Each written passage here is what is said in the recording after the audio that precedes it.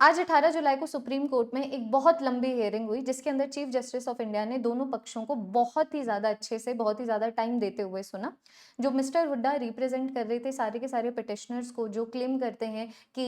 NDA की बहुत बड़ी गलती है और मे बी रीनीट का एग्जामिनेशन होना चाहिए, उन्होंने उनको भी बहुत अच्छे से सुना और एनडीए को भी बहुत अच्छे से सुना। तो ये जो इतनी लंबी मीटिंग थी, इसके अंदर बहुत सारे डिस्कशन हुए। आईआईटी मद्रास रिपोर्ट के ऊपर डिस्कशन हुआ, पेपर कैसे ट्रांसपोर्ट किया जाता है उसके ऊपर डिस्कशन हुआ, टेलीग्राम लीक के ऊपर डिस्कशन हुआ, गोधरा इंसिडेंट्स के ऊपर डिस्कशन हुआ, पटना और हजारीबाग में जो इंसिडेंट्स हुआ उसको स्टडी किया गया, उसके ऊपर डिफरेंट डिफरेंट हाइपोथेसिस रखी गई ये समझने के लिए कि एक्चुअली जो पेपर है वो लीक कब हुआ था। क्योंकि देखो, अगर मानो 5 तारीख को एग्जाम है, 5 तारीख को ही लीक हो रहा है, तो फिर मास लेवल के ऊपर लीक नहीं हो सकता। लेकिन मान लो अगर 5 को एग्जाम है और पेपर लीक हुआ है 1 तारीख को या 2 तारीख को या 3 तारीख को, तो फिर बाद में वो प्रॉब्लम क्रिएट कर सकता है, वो मास लीक के टूवर्ड्स हमारे केस को लेके जा सकता है और फिर अगर ऐसा हो गया तो रीनीट होने के जो चांसेस हैं वो बढ़ सकते हैं। तो इनके ऊपर मेजर डिस्कशन हुआ। अगर आप चाहते हैं कि मैं इसके ऊपर बिल्कुल डिटेल्ड वीडियो बनाऊं कि दी हमें ना आप अच्छे से बता दो कि इन इन टॉपिक के ऊपर क्या डिस्कशन हुआ, ताकि हम लोगों को पता लगे कि वट एवर हैपेंड, क्योंकि अभी 2-3 घंटे की वीडियो कोई भी नहीं देखेगा, तो वो मैं बना दूंगी। बाकी कंक्लूजन देखो यही है कि आज किसी भी तरीके का जजमेंट नहीं लिया गया है। आज दोनों पक्षों को बहुत ही अच्छे तरीके से सुना गया है, बहुत ही अच्छी रिपोर्ट्स के साथ, बहुत ही डिटेल रिपोर्ट्स के साथ। जो चीफ जस्टिस ऑफ इंडिया है उन्होंने बोला है कि जो नेक्स्ट और फाइनल हियरिंग होगी वो मंडे को होगी, जो कि काउंसलिंग से पहले। अब नीट 2024 की जो काउंसलिंग है, हमें अच्छे से पता है 24 जुलाई से शुरू होनी है। तो तुम ये लगा लो जो नेक्स्ट हियरिंग है हमारी 22 जुलाई की है, एंड बी अश्योर्ड 22 जुलाई को तुम्हें, मुझे, सबको एक फाइनल आंसर तो मिल ही जाएगा कि री नीट का एग्जाम होगा कि नहीं होगा। एक बहुत इंपॉर्टेंट चीज जो सीजीआई ने एनटीए को बोली है वो ये है कि ताकि ना थोड़ी सी ट्रांसपेरेंसी रहे, बिकॉज आज उन्होंने इतना ज़्यादा टाइम दिया है दोनों पक्षों को सुनने में, द रीज़न बीइंग कि वो मैक्सिमम इन्फॉर्मेशन चाहते थे कोई भी जजमेंट को पास किए करने से पहले। जो मुझे लगता है कि एक ऐसी चीज़ है जो हम सबको बहुत अप्रिशिएट करनी चाहिए कि किस तरीके से वो बिल्कुल बिल्कुल प्रिसाइजली सवाल पूछ रहे थे, चीज़ों के अंदर चीज़ों की डिटेलिंग के अंदर जा रहे थे, और जो उनके क्वालिटी ऑफ क्वेश्चंस थे वो बहुत अच्छे से ये रिप्रेजेंट करता था कि कितना ज़्यादा वो सोच पा रहे हैं, ताकि उनके पास सारी वो इन्फॉर्मेशन हो सके जो एक सही जजमेंट को लेने में उनकी हेल्प करें। तो उन्होंने कंक्लूजन में यही बोला है कि भाई इतना सब सुनने के बाद एक चीज़ तो क्लियर है कि हमें कुछ ना कुछ ट्रांसपेरेंसी चाहिए चाहिए होगी, उन्हें मतलब उनको भी, सीजीआई को भी, हमें स्टूडेंट्स को भी, टीचर्स को भी कुछ ना कुछ ट्रांसपेरेंसी चाहिए होगी कि बच्चों का रिजल्ट क्या रहा है। जैसे कि जो एनटीए है, इन्होंने जब रिजल्ट पब्लिश किया था तो जो टॉप के जो 100 स्टूडेंट्स थे या फिर वट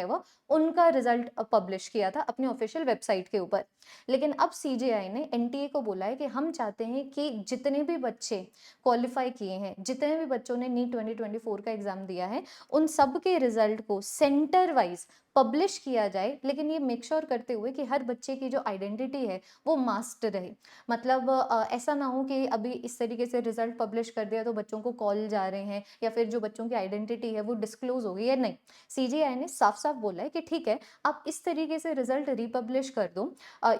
अपने ऑफिशियल वेबसाइट के ऊपर सैटरडे तक, सच दैट बच्चे की आइडेंटिटी मास्क्ड रहे, लेकिन हम लोगों को एक फेयर कंक्लूजन मिले कि किस सेंटर में से कितने बच्चों के कितने मार्क्स आए हैं। तो अभी ये जो इन्फॉर्मेशन है बहुत ही बड़ी इन्फॉर्मेशन होगी, ये बहुत इंपॉर्टेंट अपडेट है, बहुत बड़ी अपडेट है। मुझे लगता है कि एक बार जब ये रिजल्ट पब्लिश होता है ना, उसके बाद कई नई चीज़ें सामने आएंगी और उन्हीं नई चीज़ों की वजह से ईजी हो जाएगा मंडे को एक जजमेंट लेना कि दोबारा से क्या पूरे के पूरे देश के लिए रीनीट का एग्जाम हो, क्या ये हमें करना चाहिए या फिर नहीं करना चाहिए। क्योंकि देखो, आज इतनी बड़ी हियरिंग को देखने के बाद एक चीज़ तो तय है, और ये चीज़ तुम्हें भी समझना पड़ेगा यार, कि 24 लाख 25 लाख नीट एस्पिरेंट्स के लिए रीनीट कराना एक बहुत बहुत बड़ा स्टेप है। तो हम ये बड़ा स्टेप डेफिनेटली लेंगे। मैं अभी सीजेआई के पर्सपेक्टिव से बोल रही हूँ, उनकी क्या थिंकिंग थी, वो क्या वाइब्स दे रहे थे कि हम कर देंगे अगर रिक्वायर्ड होगा, लेकिन जब तक हमारे पास एक सॉलिड प्रूफ नहीं है, जब तक हमारे पास एक सॉलिड इन्फॉर्मेशन नहीं है कि मास लीक हुआ है, तब तक रीनीट 24 लाख नीट एस्पिरेंट्स के लिए हो, ये बहुत ही बिजार बात है।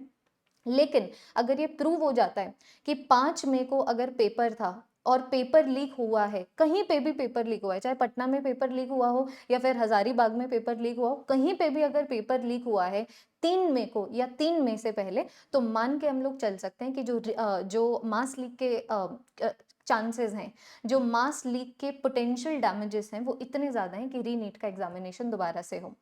तो देखते हैं बच्चों क्या होता है। सबसे पहले तो I am really excited to see कि सेंटर वाइज रिजल्ट किस तरीके से हमें देखने को मिलेगा, है ना? तो उनकी ऑफिशियल वेबसाइट के ऊपर आने वाला है, तो देखते हैं कुछ ना कुछ तो नई इन्फॉर्मेशन हम लोगों को वहाँ पे ये जो रिजल्ट पब्लिश होगा उससे ज़रूर मिलेगी। और फिर देखते हैं मंडे को क्या होता है। आई नो मतलब काफ़ी हेक्टिक हो जाता है, काफ़ी ना मेंटली एग्जॉस्टिंग भी हो जाता है, बार बार इसी जोन के अंदर आना, इसी अनसर्टनिटी की जोन के अंदर आना, और ये ना पता होना कि फ्यूचर कहाँ पर लीड करेगा। बट